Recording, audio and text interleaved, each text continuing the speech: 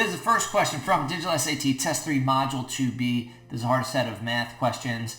It says we need a table that has x values and the corresponding y values for the given equation. Here's your equation.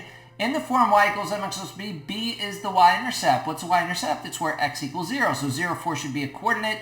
It is an answer choice A, not B, not C, not D. To check out the full-length video, including a Desmos solution that you want to know how to do, go to YouTube, go to the playlist, IB Masters Learning Center on YouTube, the playlist, find Test 3 Module 2B Math. The longer videos just above these shorter videos. And make sure you click subscribe and check out this other video that has a coordinate and equations. Have a great day.